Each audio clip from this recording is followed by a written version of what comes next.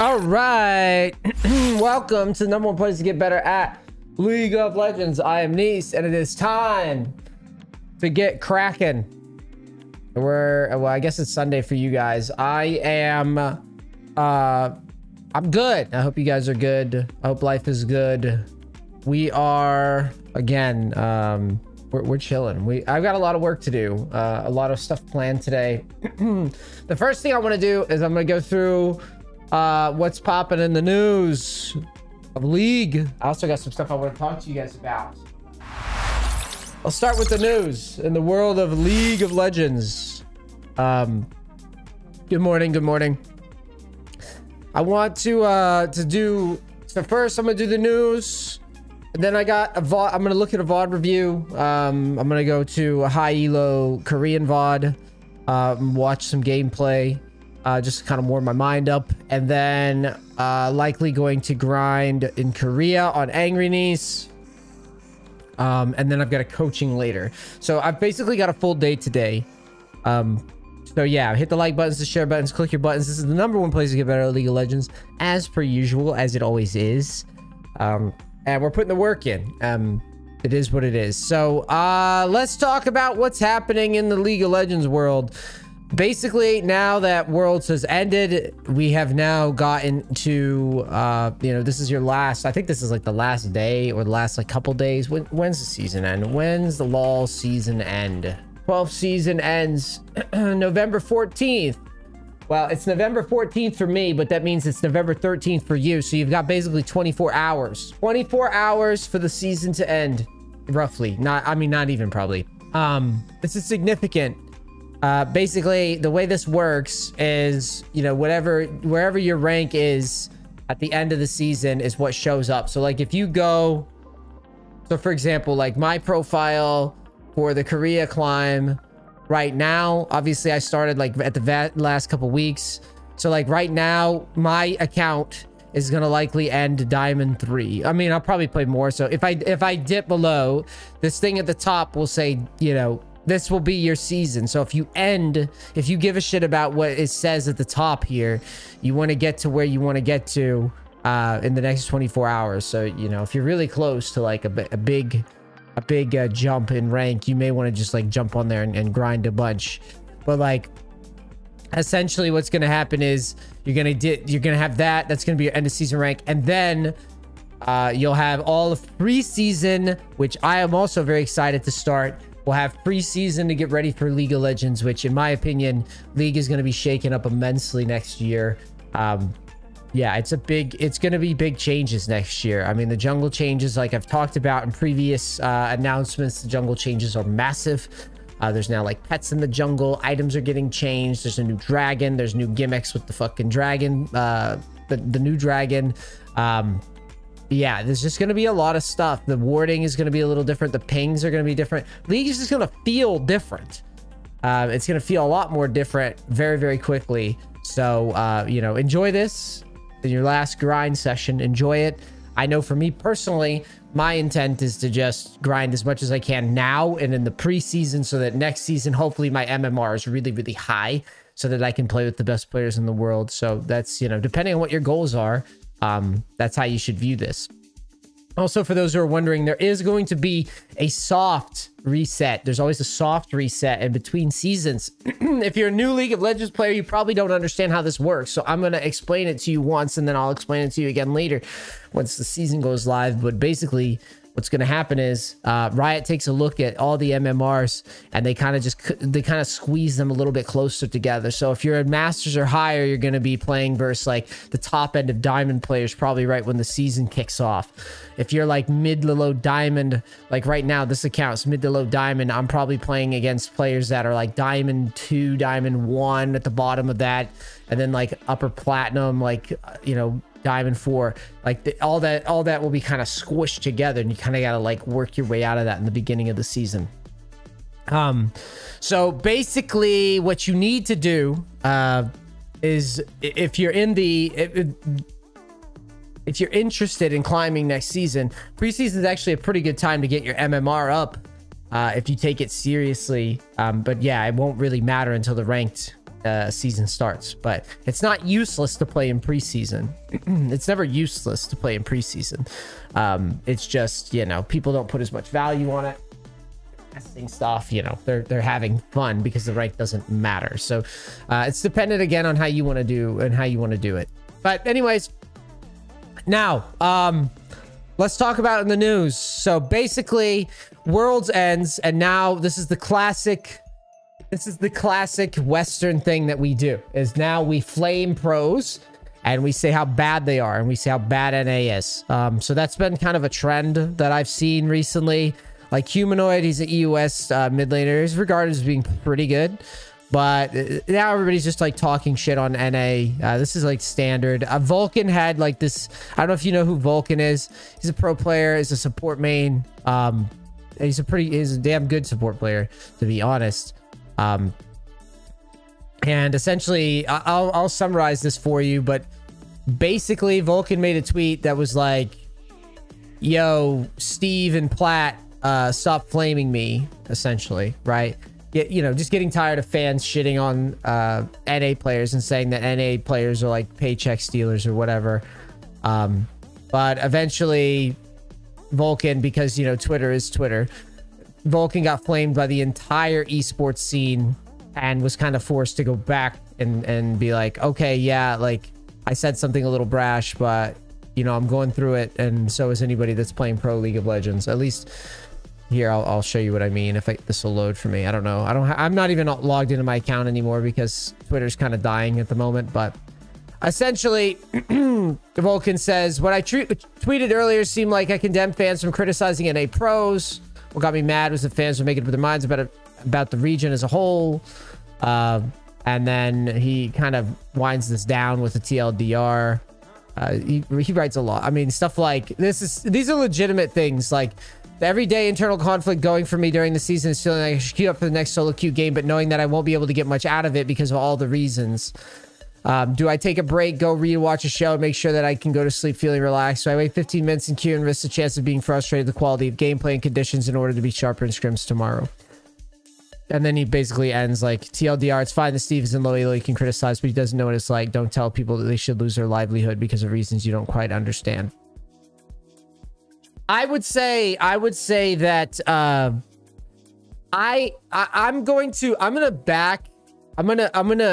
gonna play both sides here.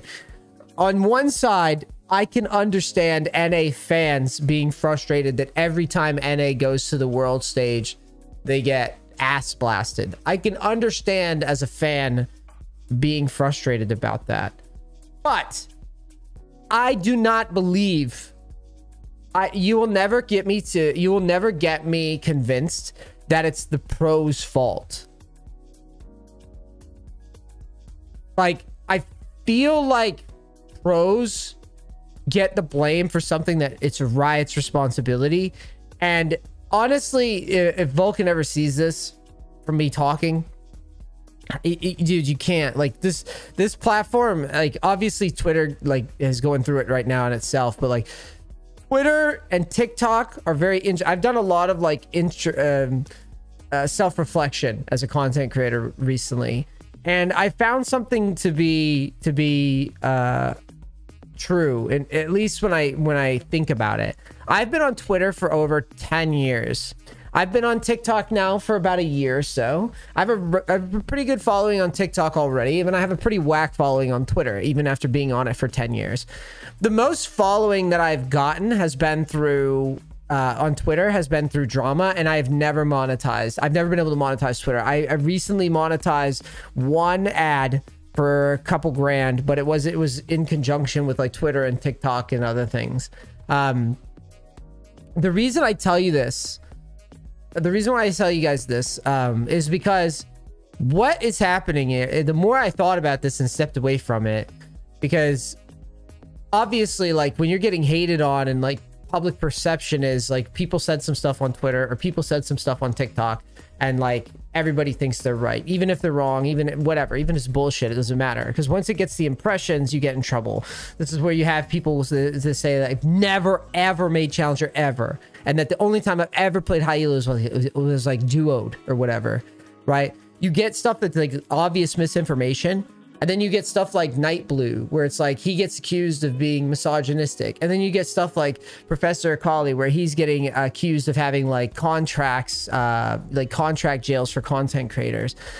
The point that I'm trying to make is that Twitter and TikTok in general are just platforms designed to talk shit. That's basically all these platforms really are. Because you can't actually like you can't put like a financial gain like analysis on it. Like I can't definitively prove to you what the hell Twitter's ever given me. Just like on TikTok, I can't tell you that I've actually made anything with it. Most of the revenue that I get from TikTok, it just seems to be like non-existent, and it just seems to be people talking shit and like really like hateful content. Right? It's just like hateful content. Like the more, that's why I made Angry NEACE like a month ago, is it was kind of like in a social experiment. It was like, what if I just yell and rage and type shit and say ridiculous shit and delete my tweets and like hater tweets and retweet hater tweets and all this stuff? And immediately I noticed that my Twitter just grew. Like my Twitter just grew, started growing instantly. And I recognized that like you really are truly incentivized to just be obnoxious on these platforms. And so what I would say to Vulcan is, in regards to this, is bro, just seriously, if you're a pro player, if you're somebody who's actually living it and not talking it, there's literally no reason. There's no reason to use this platform. Like there's no reason to use it. Because all you do, like when you use this platform, and the same thing with TikTok, if I'm being completely honest. Now, TikTok videos, we're going to post like highlight clips and whatever, and maybe after Twitter like gets its advertisers together, figures out what the fuck it's gonna do, because I think it might legitimately go under. But I'm gonna be honest, like I'm just gonna have a social media person. I'm not even really gonna, you can see I'm not logged in, because there's no point. Like if you truly are living it, if you're a pro player, if you're an active, like if you're somebody that's successful in the business, there's absolutely no reason to use these platforms. All it is for people to close gap. And that's all it is. It's to close gap through hate messaging and bullshit messaging and lies and just nonsense. That's essentially what this is. And if you subject yourself to it, look how much time this guy spent writing all this. Like I've responded to critics and stuff too. And it's just time waste. I mean, truly, it's all it is. Like, and if you read it, it's just like League of Legends. Like, if you read it, if you haven't muted it, yeah, I mean, true. It's not even just business. It's mental health as well. I mean, you can maybe make the argument that, like, if you are somebody who is trying to make it in the space, Twitter could be used as an avenue to grow, or to, you know, to get yourself out there. But I feel like it's like Black Hat. It's like the dark side. It's like there's no, you're not gonna feel good, because it's gonna incentivize you to attack others, tear others down, talk shit, you know, take other people's bullshit criticisms of you seriously. It's just a very negative thing. And so in Vulcan's case, I don't even know why he thinks he owes, I don't know why he thinks he owes anybody anything, because the problem with pros playing outside of NA and getting shit on, it's more to do with the fact that there's not a legitimate practice environment for NA. And then people are going to say, oh, NEACE, what about Champs Queue? And I'm just going to say, I don't give a fuck about Champs Queue. It's meaningless.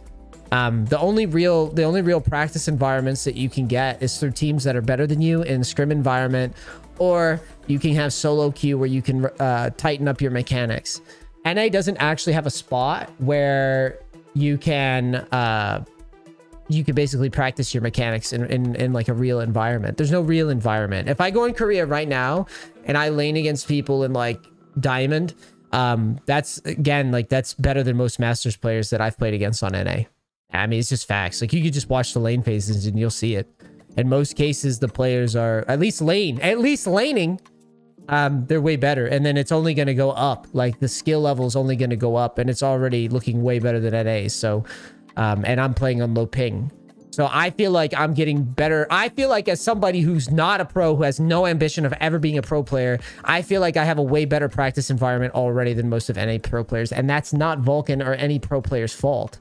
Yeah, I'm sure there's guys that are lazy in the space, but dudes, like, what a ridiculous ask.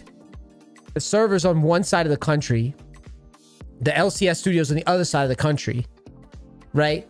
You don't actually get to practice unless you practice with the people that are in your sector on the West Coast. And the people that opt into Champs Q that are like high rated players, they're not all playing over there too. Do you see where I'm going with this? There's always going to be like ping disparities, skill mismatches, and all sorts of stuff because we don't have a serious solo queue environment.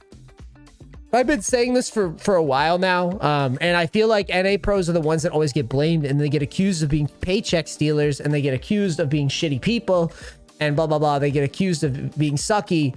I probably have spoken in the wrong order about this too. When I really think about it and assess it, and I've said the same thing, and I've been like, oh, NA pros suck, and it like totally oversimplifies the scenario. It's not really these guys are the best of the best that the region has to offer. They're not just like weak competitors. They're not just like weak mental people. You understand? They're not, or not necessarily all of them, right? It's just, it is what it is. If they're not getting tested, if they're not getting trialed constantly, of course. I could also make the argument that if NA pros are so bad, why are there so many imports that come over and just kind of flop? And I would again make the argument that they're even in the imports cases that come from other parts of the world that are really, really good, I would argue that those guys are competitive as well, and they want to stomp as well. But I believe that because, again, the practice environment is not great, a lot of these imports come over and they fall to the same shit. It's like, I can't stay up to enough of my mechanics. I can barely get things going. I mean, these truly are some of the best players in the world, in the country for sure. And they don't have the same tools. Like, I don't know. I mean it. I truly think just me playing solo queue here on like a low ping environment and practicing my laning is way more functional practice than anything you could do on NA. And Champions Queue includes that. Like, dude, I wouldn't want to do this Champions Queue shit where I'm constantly like in comms and having to talk to people when I want to just focus on, my skill set that I care about at that particular moment. Like, not every game needs to be like a 5v5. I mean, think about it in terms of coaching. Some coachings are better with VOD reviews. Some coachings are better with live coachings. Some coachings are better with the practice tool. Some coachings are just better with a mindset talk, like just talking about like what the fuck you need to be doing. I don't buy into this notion that like Champs Q is the end all be all, and that them not necessarily participating in it all the time means that they're obviously bad or whatever. That's my rant on this. I feel bad for anybody that feels like this, because I've definitely felt like I wanted to respond to this stuff, and I'm kind of at the point now where I realize that like Twitter's a place for people that talk it and don't live it, and I think that's what he was trying to say, and then he baited himself by posting it on Twitter, which is basically a platform of people that talk it and don't live it. Most people that talk about pro play and shit on pros have never ever been top anything at anything ever. Most people that most successful people that post on Twitter get flamed by people that have never had a successful venture in anything ever. So you're just asked. It's like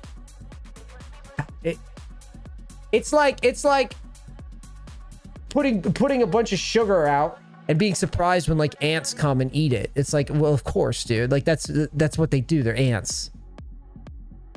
Does that make sense? Everybody tracking what I'm saying? I'm gonna try to, let's see, is there anything else? I want your guys' opinion. Do you guys want me to like kind of cover pro stuff in the off season in the news? I could try to catch up to this stuff, but for now I'm just kind of skimming it because I don't know if it matters that much to my audience. But you guys let me know. Okay, Sante's balanced state. I saw this post. Listen, I'll be real with you. If you want a tank that's going to be broken here in the next couple months, you should invest in Sante. I'm going to tell you why. Because he's fucking garbage right now. He's really weak, which means that in a couple weeks or in a month or so, he's going to get buffed. 100%. He's gonna get buffed and he's gonna be overtuned. But here's my cautionary warning though. Even though I think he's going to be buffed, and I think that a lot of players in low elo will get good value out of him, I don't know if he's ever going to be a high elo crusher. And it's because of my interactions with him versus like good laners. I've played against people that have like warmed up on him. He still seems weak even with people that have like played him. I think that his range is like weirdly short. And I think it's too easy to dodge most of his kit, but that's why I think in low elo he's going to be pretty strong, especially when he gets buffed. But I never see this guy in my opinion. He seems like one of those champions. There's certain champions in this game. There's champions that like I'd argue that most champions in the league fall under two categories. It's a champion that can get to diamond, right? Which is pretty much all of them. But then there's champions that can go beyond diamond and they have a lot of things in their kit that allow them to kind of hang in a very, very high elo bracket. A champion like Talon is like an insane champion in low elo and high elo. He's got crazy mobility, crazy pick potentials. Even though he's an assassin, he like takes up a ton of space. His roams are nuts. Like that's a champion that goes beyond diamond. A champion like K'Sante is very, very limited in what he can do. And I'm not entirely convinced that he's like some crazy like 1v9 champion. But I am thinking that because he's so weak, he's going to get overbuffed soon. So do that with, and you want more examples of this, guys. More examples would be like, a champion like Jhin goes to diamond. A champion like Jhin struggles to go beyond diamond. A champion like TF goes to diamond. A champion like TF goes beyond diamond because he has his global. He has a lot of tools in his toolkit to make it to be very, very functional versus good players. A champion like Lee Sin goes to diamond. A champion like Lee Sin struggles to go beyond diamond. And a reason why a champion like Lee Sin struggles to go beyond diamond is because his kit isn't just like autopilot easy. Even though he's a strong early game champion, he doesn't carry through all circumstances. I'm trying to think of like other examples for you guys so you can wrap your head around what I'm saying. A champion like Pyke goes beyond diamond because a champion like Pyke has a lot of skill expression in the support role and can carry a game from the support role. Everybody tracking what I'm saying here? So I think K'Sante is like, I think he's solid if he gets a buff. And I think he's going to be kind of like one of those picks you could autopilot lock in low elo and stomp. But then I think around like high diamond, I'm not so sure that he's going to be some crazy pick. Because I just think that he's too...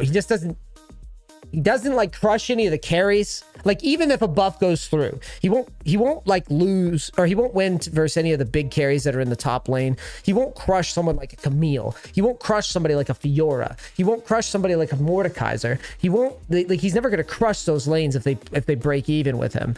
And he's just going to get outscaled in a lot of those cases. And he doesn't carry nearly as hard when he gets leads. So yeah, that's what I got. Due to your great performance in the last match, you'll get your position in this game. I saw this for the first time in Wild Rift. Really? It was like the game was comforting me and encouraging me to keep it up. This is the main game, which is supposedly more popular, does not have this feature, and I did not hear somebody bring this up. Any thoughts on this is the main game? Seems like a no-brainer that would be included. Is that a thing? Huh. I feel like Wild Rift is essentially League of Legends 2. But for mobiles, which is a shame because I want League of Legends 2 on this fucking game or on this platform. But I think eventually when League of Legends finally sees like a major decline to the point of where Riot's concerned, they'll announce League of Legends 2. Because Wild Rift already has a bunch of shit in it that's like... you know what? That's what we should do. Well, somebody should get me a list. If somebody wants to DM me a list of all the cool shit that Wild Rift has that League of Legends doesn't, I will happily make a video on it. Because I don't have the time to look through all the Wild Rift shit again and like set up all that. But I know they have other shit like this. I know they do. I'd be very, very curious. All right, let's watch this newbie clip and then I'm going to review a VOD.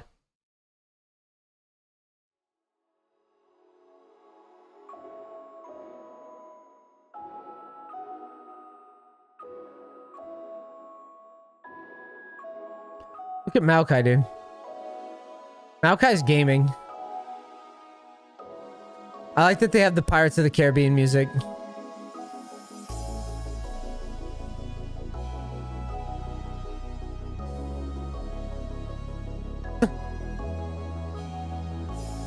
This.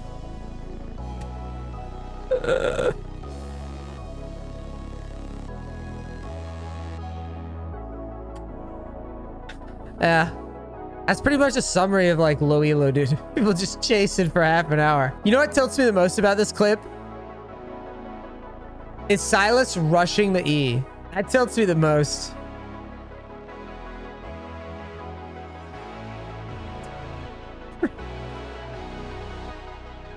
That little maneuver, I don't understand. Yi chokes so hard here. Imagine being Yi and coming out from the right side in this spot, dude.